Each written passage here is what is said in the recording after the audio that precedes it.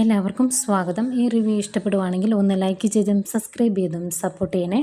അപ്പോൾ കനക പറയുന്നുണ്ട്, ഒരിക്കലും മൂർത്തി ജ്വല്ലറിയും ആ കുടുംബവും തകരാൻ ഞാൻ സമ്മതിക്കില്ല എന്ന് പറയുമ്പം, എങ്കിൽ അമ്മ ഒരു കാര്യം ചെയ്യേ, ഞങ്ങളുമായിട്ടുള്ള ബന്ധം അമ്മ ഇങ്ങ് വേർപ്പെടുത്തിയരേ.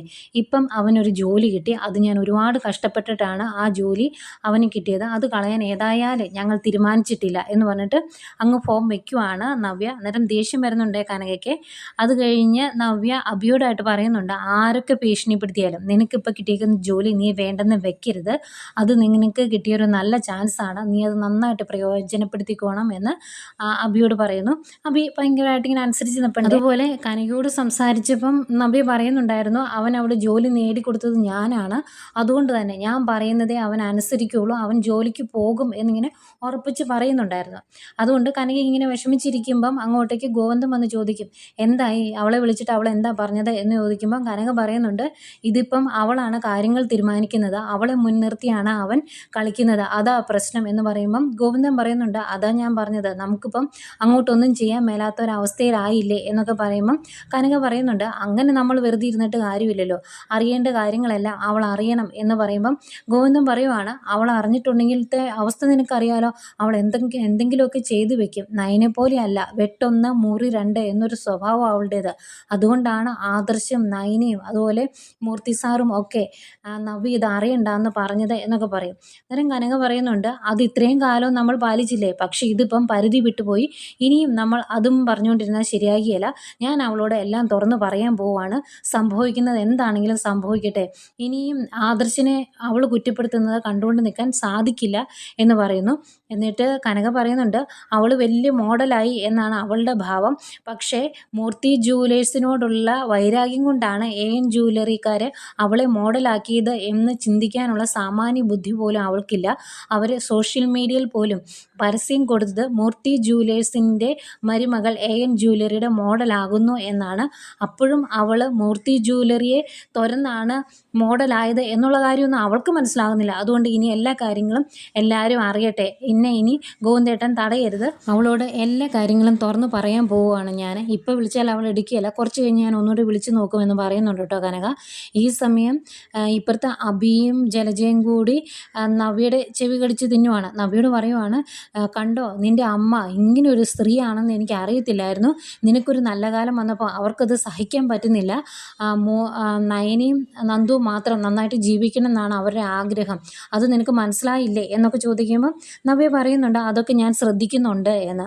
അന്നേരം അഭിയും പറയുന്നുണ്ട്, ശരിയാ, അവർക്ക് അല്ലെങ്കിലും ആദർശേട്ടൻ്റെ മുന്നിൽ വെച്ച് എന്നെ കൊച്ചാക്കി സംസാരിക്കുന്ന ഒരു രീതി ഉണ്ടായിരുന്നു, അതുപോലെ ഇവിടുത്തെ അമ്മായി സംസാരിക്കുന്നതും നീ ശ്രദ്ധിച്ചിട്ടില്ലേ, ആദർശേട്ടൻ തെറ്റ് ചെയ്തിട്ടുണ്ട്, ആ തെറ്റ് എൻ്റെ തലയിൽ കെട്ടിവെക്കാനാണ് അവർ പലപ്പോഴും ശ്രമിക്കുന്നത്, ആ ചന്തുമോൾക്ക് എൻ്റെ മുഖച്ഛായ ഉണ്ടെന്ന് വരെ അവർ പറഞ്ഞു വെച്ചിട്ടുണ്ട്, മിക്കവാറും എന്നെ കുറ്റക്കാരനാക്കാനായിരിക്കും അവർ ശ്രമിക്കുന്നത് എന്നൊക്കെ പറയുമ്പം ജലജ പറയുന്നുണ്ട്, അവരുടെ മോൻ ഇപ്പോൾ ഒന്നും അല്ലാതെ നിൽക്കുമല്ലേ, അതുകൊണ്ട് തന്നെ നിന്നെയും കൂടി അങ്ങ് കൊച്ചാക്കിയേക്കാം, അല്ലെങ്കിൽ നിൻ്റെ പേരും ചീത്തയാക്കിയേക്കാം എന്നോർത്താണ് അവരിങ്ങനെയൊക്കെ കാണിക്കുന്നത്, അവരിങ്ങനെയൊക്കെ പറയും, ഇനിയും ചിലപ്പോൾ എന്തെങ്കിലുമൊക്കെ കാണിച്ചെന്നിരിക്കും, അതിലൊന്നും നവ്യെ നീ പോയി ചാടി കൊടുത്തേക്കരുത്, നിങ്ങളുടെ സ്നേഹം എന്നും ഇതുപോലെ തന്നെ നിലനിൽക്കണം, നിങ്ങളെന്നും സ്നേഹത്തോടെ പരസ്പരം സ്നേഹിച്ച് ഇങ്ങനെ ജീവിക്കുന്ന എനിക്ക് കാണണം, ഇതിനിടയ്ക്ക് ഒരു കരട് കോരിയിടാൻ ആരും വരരുത്, അതാണ് എൻ്റെ ആഗ്രഹം എന്നൊക്കെ പറയുമ്പോൾ നവ്യ പറയുന്നുണ്ട്, എന്നെ അങ്ങനെ പൊട്ടിയാക്കാൻ ആർക്കും സാധിക്കത്തില്ല, അങ്ങനെ ആരെങ്കിലും എന്തെങ്കിലും വിളിച്ചു പറഞ്ഞാൽ ഞാനതൊന്നും വിശ്വസിക്കാനും പോകുന്നില്ല, ഇപ്പം നിനക്ക് ജോലി കിട്ടിയത് പലർക്കും സഹിക്കാൻ പറ്റുന്നില്ല, അതുകൊണ്ടാണ് അതൊന്നും ഞാൻ കാര്യമാക്കുന്നില്ല എന്നാണ് നവ്യ പറയുന്നത്. ഏതായാലും ഇത്രയൊക്കെ പറഞ്ഞിട്ട് ഒരു ഇടക്കണ്ണിട്ട് അഭിയനെ ഒന്ന് നോക്കിയിട്ട് ജലജി അങ്ങോട്ട് പോയി കഴിയുമ്പം അഭി പറയുന്നുണ്ട്, ഇതിപ്പം ഞാൻ നന്നാവുന്നത് ആർക്കും ഇഷ്ടമല്ല എന്നൊരവസ്ഥയായി എന്ന്. അന്നേരം നവ്യ പറയുന്നുണ്ട്, അങ്ങനെ ആര് പറഞ്ഞാലും നീ അത് മൈൻഡ് ചെയ്യണ്ട, ഇപ്പം കിട്ടിയ ഈ ചാൻസ് നീ നന്നായിട്ട് പ്രയോജനപ്പെടുത്തിക്കോണം, നീ AN ജ്വല്ലറിയുടെ മാനേജറായിട്ട് നല്ല നിലയിലേക്ക് എത്തണം, അങ്ങനെ നമ്മളും നല്ല രീതിയിൽ ജീവിക്കും, എല്ലായിടത്തും നിൻ്റെ തല ഉയർത്തിപ്പിടിച്ച് നീ നിൽക്കുന്നത് എനിക്ക് കാണണം, അതാണ് ഇപ്പം എൻ്റെ ആഗ്രഹം എന്നൊക്കെ പറയുന്നെങ്കിൽ ഭയങ്കര സ്നേഹത്തോടെ വന്ന് നവ്യ അങ്ങ് കെട്ടിപ്പിടിക്കുവാണ്. ആ കെട്ടിപ്പിടിക്കുമ്പോഴും പറഞ്ഞ് അഭിനയിക്കുന്ന കാര്യങ്ങളെല്ലാം ആ പൊട്ടി വിശ്വസിക്കുന്നുണ്ടല്ലോ എന്നൊരു ഭാവമാണ് അഭിക്ക്. പിന്നീട് നന്ദുവിനെ കാണിക്കുന്നുണ്ട്. നന്ദു ആദർശിനോട് പറയുവാണ്, ആ മരിച്ച ഡ്രൈവർക്ക് ഇതിനു മുമ്പും പല കേസും ഉണ്ടായിട്ടുണ്ട്. അതെല്ലാം ഇങ്ങനെ കള്ളക്കടത്തുമായിട്ട് ബന്ധപ്പെട്ടതാണ്. അതുകൊണ്ട് തന്നെ അയാളുമായിട്ട് ബന്ധപ്പെട്ട എല്ലാവരെയും അറസ്റ്റ് ചെയ്യണം. ഈ അന്വേഷണം നല്ല രീതിയിൽ മുന്നോട്ട് കൊണ്ടുപോകണം എന്നാണ് ഡിപ്പാർട്ട്മെൻറ്റിലെ മുതിർന്ന ഓഫീസർമാർ പറയുന്നത്. DGP തൊട്ട് എല്ലാവർക്കും ഈ ഒരു കാര്യത്തിൽ നല്ല ഇൻട്രസ്റ്റ് ആണ്. എന്താണെന്ന് അറിയത്തില്ല. DGP SP-യോട് പറഞ്ഞിട്ട് SP ഇവിടെ വന്നിരുന്നു. എല്ലാ ഓഫീസർമാരും കൂടി ഒരു മീറ്റിംഗ് വരെ കൂടി. എന്നിട്ട് ഇതെല്ലാം കഴിഞ്ഞ് എന്നോട് വളരെ ഈ സ്നേഹത്തോടെ അങ്ങേര് പെരുമാറി എന്നൊക്കെ ഇങ്ങനെ പറയുവാണേ. ഏതായാലും ഈ ഒരു കാര്യത്തിൽ എന്തോ ഭയങ്കര ഇൻട്രസ്റ്റ് ഉണ്ട് ഓഫീസർമാർക്കെല്ലാം എന്ന് പറയുമ്പം നയന പറയുന്നുണ്ട്, മുത്തശ്ശന് ഇങ്ങനെ DGP തൊട്ടുള്ള ഓഫീസർമാരുമായിട്ട് നല്ല ബന്ധമുണ്ട്. പക്ഷേ ഇപ്പം ആദർശേട്ടനുമായിട്ട് പിണങ്ങിയിരിക്കുന്നത് കൊണ്ട് ഇങ്ങനെയുള്ള കാര്യത്തിലൊന്നും മുത്തശ്ശൻ ഇടപെടില്ലായിരിക്കും എന്നിങ്ങനെ പറയുവാണ്. അന്നേരം ആദർശ് പറയുവാണ്, എങ്ങനെയെങ്കിലും ഞാൻ എൻ്റെ ഭാഗം ക്ലിയറാക്കി ജയിച്ചു വരണമെന്നാണ് മുത്തശ്ശൻ്റെ ആഗ്രഹം. അതുകൊണ്ട് ഇനിയിപ്പോൾ എന്താവുമെന്ന് അറിയില്ല. നമ്മൾ പേടിച്ച് പിന്നോട്ട് പോയിട്ടുണ്ടെങ്കിൽ മൂർത്തി ജ്വല്ലറി എന്നേക്കുമായിട്ട് നശിച്ച് പോകും. അവിടുന്ന് മൂർത്തി ജ്വല്ലറിയെ ഉയർത്തിക്കൊണ്ട് വരണമെങ്കിൽ ഇങ്ങനെ കള്ളക്കടത്തും കൊലപാതകവും ഒക്കെ ചെയ്യുന്ന ഈ ഗ്രൂപ്പിനെ പോലീസ് പൂട്ടണം. അതിനുള്ളത് നമ്മൾ ചെയ്യണം എന്നൊക്കെ പറയുന്നു. എന്തെങ്കിലും ഇൻഫർമേഷൻ ഉണ്ടെങ്കിൽ എന്തെങ്കിലുമൊക്കെ അറിയുവാണെങ്കിൽ ഞാൻ ആദർശേട്ടനെ അറിയിക്കാമെന്നും ആദർശ് എന്തെങ്കിലുമൊക്കെ അറിയുവാണെങ്കിൽ നന്ദുവിനെ അറിയിക്കാം എന്നൊക്കെ പറഞ്ഞിട്ട് അവർ പിരിയുവാണ്.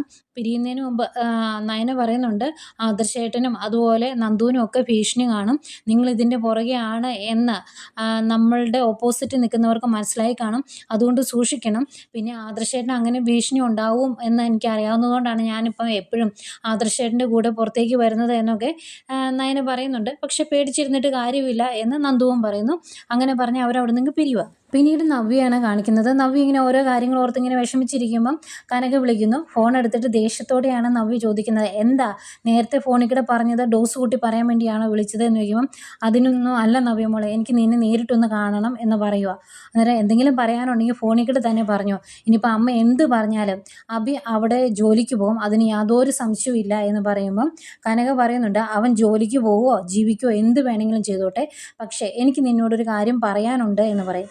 അന്നേരം നവ്യ ചോദിക്കും, എന്താ പറയാനുള്ളത്, എന്താണെങ്കിലും അമ്മ ഫോണിൽ കൂടെ പറഞ്ഞു എന്ന് പറയും. അന്നേരം കനക പറയുന്നുണ്ട്, അങ്ങനെ ഫോണിൽ കൂടെ പറയാൻ പറ്റാത്ത ഒരു കാര്യമാണ് എന്ന് പറയുമ്പം അമ്മ നിങ്ങൾക്കൊക്കെ എന്താ പ്രശ്നം, എനിക്ക് മനസ്സിലാകുന്നില്ല.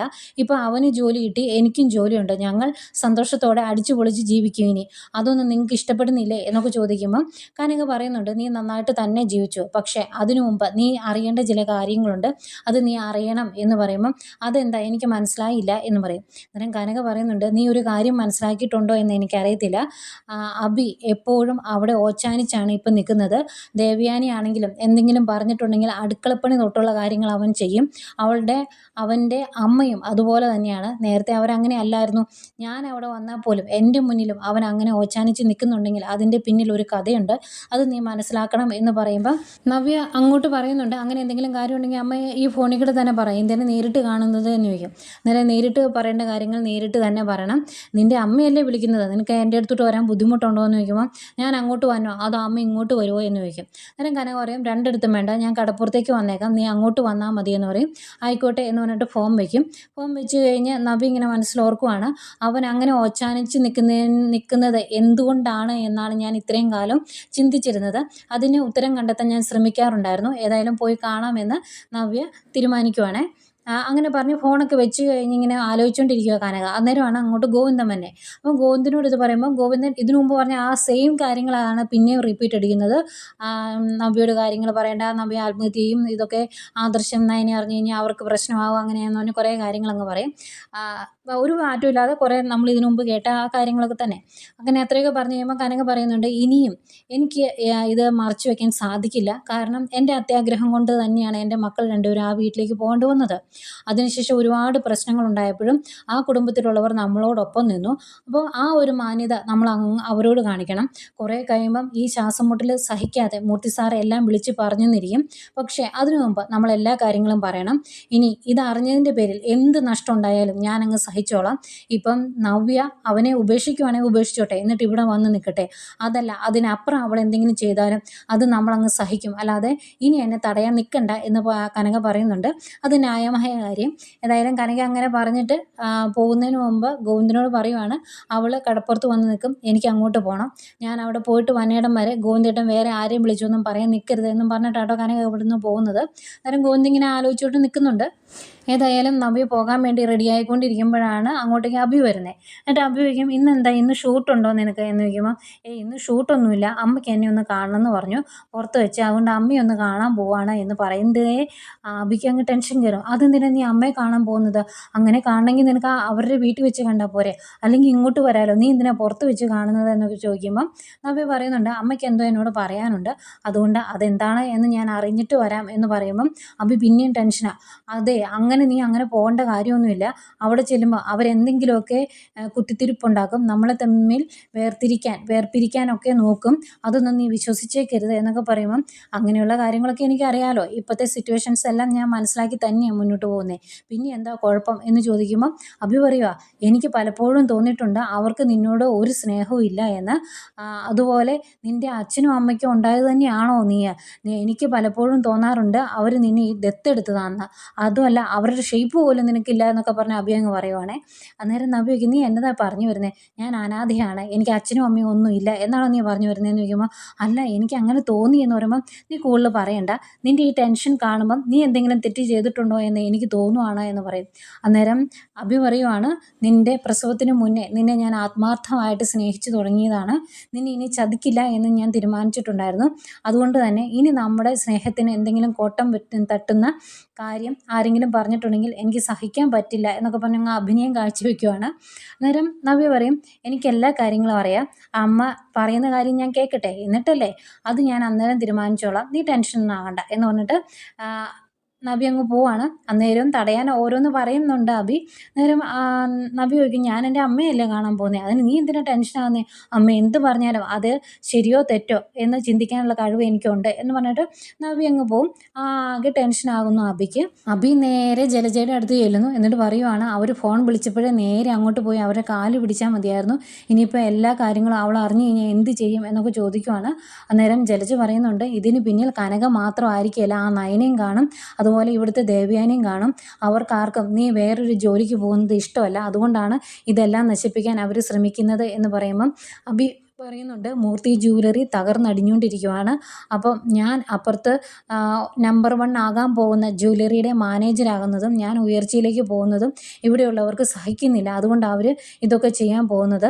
ഇനിയിപ്പം നവ്യ സത്യങ്ങളെല്ലാം അറിഞ്ഞു കഴിയുമ്പം ഈ കാര്യങ്ങളൊക്കെ ഡേവിഡ് സാറിനോട് പോയി പറയും, അങ്ങനെയാകുമ്പം ഇനി എന്നെ ജോലിക്ക് എടുക്കുമോ എന്ന് പോലും എനിക്കറിയത്തില്ല എന്ന് പറഞ്ഞാൽ അഭിക്ക് ഭയങ്കര ടെൻഷൻ. അഭിയുടെ അച്ഛൻ്റെ ജ്വല്ലറി ആണെന്നും അവർക്കിതെല്ലാം അറിയാമെന്നും ഉള്ള കാര്യം അഭിക്ക് അറിയത്തില്ലല്ലോ. അന്നേരം ജലജയം പറയുന്നുണ്ട്, ഏതായാലും ഈ സമയത്ത് അവൾ ഇതൊന്നും ചെയ്യേണ്ട കാര്യമില്ല, ഇത്രയും കാലം ഈ രഹസ്യം മറച്ചു വെച്ചത് അവൾ എന്തെങ്കിലും ചെയ്യുമെന്ന് പേടിച്ചിട്ടാണ്. ഈ സത്യം അറിഞ്ഞു കഴിഞ്ഞാൽ ചിലപ്പോൾ അവൾ നിന്നെ വെട്ടിക്കൊല്ലും, അല്ലെങ്കിൽ ചിലപ്പോൾ ആത്മഹത്യ ചെയ്യും, അതൊക്കെ എല്ലാവർക്കും അറിയാവുന്ന കാര്യമാണ്, അതുകൊണ്ടാണ് അവർ ഇതെല്ലാം മറച്ചു വെച്ചത്, എന്നിട്ട് ഇപ്പോൾ പറയേണ്ട കാര്യമില്ലായിരുന്നു എന്നൊക്കെ പറയുമ്പോൾ അഭി പറയുവാണ്, ഇനിയിപ്പോൾ അവൾ പോയിട്ട് വന്നിടം വരെ നെഞ്ചിടിപ്പായിരിക്കും, എൻ്റെ പ്രതീക്ഷയെല്ലാം പോയി, ഇനിയിപ്പോൾ എനിക്കൊന്നും നേടിയെടുക്കാൻ സാധിക്കില്ല എന്നൊക്കെ പറഞ്ഞാൽ ആകെ വിഷമത്തിൽ നിൽക്കുന്ന അഭിയെ കാണിച്ചുകൊണ്ടാണ് ഇന്നത്തെ എപ്പിസോഡ് അവസാനിക്കുന്നത്. ഇനി ഇവരെല്ലാം ഇങ്ങനെ പറഞ്ഞു വെച്ചേക്കുന്നതുകൊണ്ട് അവിടെ ചെന്ന നവ്യയോട് കാര്യങ്ങളൊക്കെ കനക തുറന്നു പറഞ്ഞാലും അത് വിശ്വസിക്കാതെ ഇവിടെ വന്ന് അഭിയുടെ കൂടെ നിൽക്കുമോ എന്നറിയത്തില്ല. ഏത് സത്യവും പറയേണ്ട സമയത്ത് പറയണല്ലോ, കാലം കഴിഞ്ഞ് പറഞ്ഞു കഴിഞ്ഞാൽ ചിലപ്പം എല്ലാവരും പ്രതീക്ഷിക്കുന്ന ഒരു ഫലമായിരിക്കില്ല അതിന് കിട്ടുന്നത്. ഏതായാലും അഭി നല്ല ടെൻഷനിലിരിക്കുന്നു. നവ്യ കനകയുടെ അടുത്തോട്ട് പോയിട്ടുണ്ട്, എന്താവും എന്നറിയില്ല. ഇതൊക്കെയായിരുന്നു ഇന്നത്തെ കഥ.